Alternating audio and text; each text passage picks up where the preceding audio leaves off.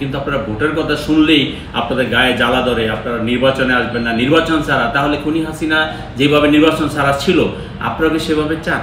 আর যদি মুখে লাগাম না দেন আমাদের নেতা নেত্রীর বিরুদ্ধে যেভাবে আপনারা কথা বলতেছেন, আমরা আমাদের কর্মীরা যদি সেভাবে কথা বলে তাহলে কিন্তু আপনাদের অস্তিত্ব বিলীন হয়ে যাবে। একটি গোষ্ঠী দেশকে আমরা গত 5ই আগস্ট স্বৈরাচার এবং ফেসিবাদ মুক্ত করেছি। সেই ফেসিবাদ মুক্তর পরে দেশ যখন অন্তর্বর্তী সরকার খুব ভালোভাবে পরিচালিত করতেছিল, তারপর থেকে যখন দেখছে যে এই দেশের মানুষ বিএনপির পতাকা দলে ঐক্যবদ্ধ হচ্ছে, অতীত বিএনপির পতাকা দলে ঐক্যবদ্ধ হয়ে বিএনপির ভারপ্রাপ্ত চেয়ারম্যান জনাব তারেক রহমানের নেতৃত্বে ফেসিবাদের পতন ঘটিয়েছে।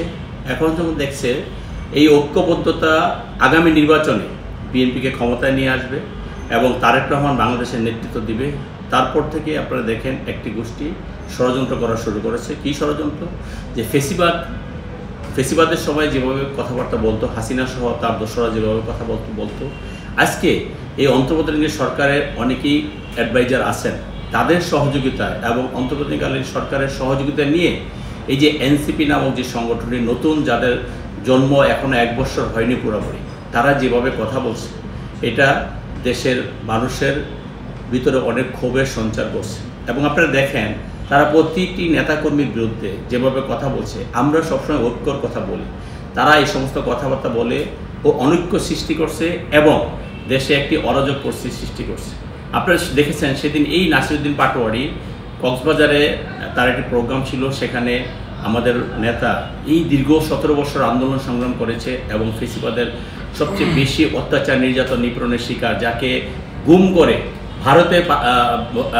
ভারতে ফেলে রেখে এসেছিল, সেই নেতার বিরুদ্ধে কি অপপ্রচার করছে, কি বাজে কথা বলছে, যার ফলশ্রুতিতে জনতা, কক্সবাজারের মানুষ ক্ষুব্ধ হয়েছে এবং সে কিন্তু সেখানে প্রোগ্রামটা করতে পারেনি। তা আমরা চাই না কোনো রাজনৈতিক দল, সেটা ছোট হোক বড় হোক, যেই লেভেলের হোক, তারা তাদের কথা বলবে, তারা অধিকারের কথা বলবে, কিন্তু এই সমস্ত ব্যাপার কথাবার্তা বলে বা অন্যায়ভাবে অন্যের ঘাড়ে দোষ চাপিয়ে বা অন্যকে সমালোচনা করে এরকম জনরোষে পড়বে, সেটা আমরা কখনো চাই না। এতে আইন শৃঙ্খলা রক্ষাকারী বাহিনীও অনেক সময় অনেক রকম সমস্যায় পড়ে যায়। আমরা বলতে চাচ্ছি যে ভাই, আপনারা যে সংগঠন করেন, রাজনীতি করেন, আপনাদের রাজনীতি করতে বিএনপি কখনো নিষেধ করেনি, কিন্তু আপনারা যদি জনরোষে পড়েন, সেই জনরোষতে ঠেকাবে আপনাদেরকে কে? সেখান থেকে বিএনপিকে আপনাদেরকে ঠেকাতে হয়। আপনারা যখন গোপালগঞ্জে গিয়েছেন সেখানে কিন্তু বিএনপি আপনাদের সহযোগিতা করে, সেখান থেকে নিয়ে আসছে। আপনারা যখন কক্সবাজারে প্রোগ্রাম করতে গিয়েছেন, যেখানে জনরোষে পড়েছেন, বিএনপি আপনাদের সহযোগিতা করেছে। আপনারা নেত্রকোনা যে কথা বলেছেন, সেখানে বিএনপি সেখানে প্রতিবাদী হয়েছে এবং সাধারণ মানুষ সেখানে প্রতিবাদী হয়েছে। বিএনপি সেখানে সাধারণ মানুষকে নিবৃত করেছে যাতে সেরকম কোনো ঘটনা না ঘটে। তা আমাদের বক্তব্য হলো, আপনারা রাজনীতি করতে এসেছেন, আপনারা কোনো ব্যক্তিকে দোষারোপ করার জন্য এখানে আপনারা আসেননি। যদি আপনারা সদিচ্ছা থাকে, আপনারা সুন্দরভাবে মাঠে আসেন, মানুষের কাছে যান, জনগণ যদি আপনাদের পক্ষে থাকে, অবশ্যই আপনারা রাজনীতি করতেছেন, আপনারা হয়তো এক সময় যদি জনগণ যদি আপনাদের পক্ষে থাকে, জনগণ যদি আপনারা ভোট দেয়, আপনারা ভোটে আসবেন। কিন্তু আপনারা ভোটের কথা শুনলেই আপনাদের গায়ে জ্বালা ধরে, আপনারা নির্বাচনে আসবেন না, নির্বাচন ছাড়া। তাহলে খুনি হাসিনা যেভাবে নির্বাচন ছাড়া ছিল আপনারা কি সেভাবে চান? তা না হলে এই যে গত জুন মাসে আমাদের নেতা তারেক রহমান 13 জুন তারেক রহমানের সাথে চিফ অ্যাডভাইজারের যে মিটিং হয়েছে, মিটিংয়ের পর থেকে আপনারা দেশে যে অরাজক পরিস্থিতি সৃষ্টি করছেন, তাতে আমরা বুঝতে পারছি যে সেই ফেসিবাদী যে দুষ্ট চক্রটা আছে সেটাই আপনাদের গাড়ে ভর করেছে এবং তার বদৌলতে আপনারা এই সমস্ত কর্মকাণ্ডগুলো করছেন। আপনারা চাচ্ছেন যে দেশে একটি অরাজক পরিস্থিতি সৃষ্টি হোক, নির্বাচন যাতে কোনোভাবে না হয়। আপনারা আগেও বলেছিলেন যে 5 বছরের পূর্বে নির্বাচন না। কেন? এই দেশের জনগণ কি তাদেরকে 5 বছর থাকার ম্যান্ডেট দিয়েছে? এদেশের মানুষ রক্ত দিয়েছে, আত্মহত্যা দিয়েছে, জেল কেটেছে। গত 17 বছরে হাজার হাজার নেতাকর্মী হত্যার শিকার হয়েছে, নির্যাতনের শিকার হয়েছে। একটা অনির্বাচিত সরকারকে 5 বছর রেখে দেওয়ার জন্য আপনারা কবে ক্ষমতায় আসবেন, আপনারা কবে সাংগঠনিকভাবে শক্তিশালী হবেন, সেই জন্য অবশ্যই আমি আবারও বলছি, আপনারা আন্দোলনে আপনাদের একটা ভালো ভূমিকা ছিল, সেই জন্য আমরাও আপনাদেরকে বলছি যে আপনারা আসেন, রাজনীতি করেন। সেই বাচ্চা মানুষের মতো অতি কথোপকথন করে নিজেদের যেটুকু অবস্থান আছে ব্যক্তিগত, সেই অবস্থাটুকু নষ্ট করবেন না, জনরোষে পড়বেন না। যদি জনরোষে পড়েন, এদেশে যে আইন শৃঙ্খলা রক্ষাকারী বাহিনী আছে, এদেশে যারা আপনাদেরকে রক্ষা করে, তারা পরিমাণ কিন্তু খুবই কম। আমাদের আইন শৃঙ্খলা রক্ষাকারী বাহিনী কত? হয়তো 5 লাখ 7 লাখ।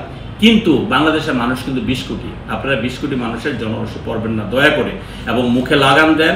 আর যদি মুখে লাগাম না দেন, আমাদের নেতানেত্রীর বিরুদ্ধে যেভাবে আপনারা কথা বলতেছেন, আমাদের কর্মীরা যদি সেভাবে কথা বলে, তাহলে কিন্তু আপনাদের অস্তিত্ব বিলীন হয়ে যাবে। কাজেই আমরা আবারও অনুরোধ করব যে আপনারা রাজনীতি করেন, অবশ্যই পজিটিভ রাজনীতি করেন। আমরা এই দেশের জন্য রাজনীতি করি, আমরা চাই আমাদের সহযোগিতা, আমাদের সাথে থেকে অনেকেই রাজনীতি করবে, এটাই স্বাভাবিক। আমার এবং আপনাদের টার্গেট কিন্তু অভিন্ন হওয়া উচিত, দেশের জনগণের জন্য, বাংলাদেশের জন্য, বাংলাদেশের মানুষের জন্য। কিন্তু আপনারা যদি ইন্টেনশনালি একটি দলকে ঘায়েল করার জন্য রাজনীতি করেন, আর যদি মনে করেন যে নির্বাচন হলেই তো বিএনপি ইনশাল্লাহ ক্ষমতায় চলে আসবে, তাদের কোনোভাবে ক্ষমতা আসতে দেওয়া যাবে না, তাহলে আপনারা বোকার স্বর্গে বসবাস করছেন। এদেশের জনগণ যে সিদ্ধান্ত নিয়েছে, সেই সিদ্ধান্ত বাস্তবায়ন করার জন্য অতীতে যেমন খুনি হাসিনার পতন ঘটিয়েছে, এর পূর্বে স্বৈরাচারের পতন ঘটিয়েছে, এবং প্রয়োজন পদে আপনাদের বিরুদ্ধে এদেশের জনগণ আন্দোলন সংগ্রাম করবে, এবং তাদের টার্গেট যে বিএনপিকে ক্ষমতায় নিয়ে আসা, সেই জন্য তারা কাজ করে যাবে, জনগণের ভোটাধিকারের জন্য কাজ করে যাবে, জনগণের অধিকার বাস্তবায়ন করার জন্য কাজ করে যাবে। বাংলাদেশের বিএনপির ভারপ্রাপ্ত চেয়ারম্যান জনাব তারেক রহমান যে জাতিকে ঐক্যবদ্ধ করেছে, বাংলাদেশের মানুষ চায় সেই ঐক্যবদ্ধ জাতি আগামী দিনে নেতৃত্ব দেবেন জনাব তারেক রহমান। তার ব্যাপারে কোনো রকম বিকল্প মানুষ চিন্তা করতেছে না। কাজে আমরা মনে করি এখনো আবারও আপনাদের সৌভাগ্যের উদয় হবে, আমরা একটা পজিটিভ রাজনীতি দাঁড়ায় আসবো ইনশাআল্লাহ। এবং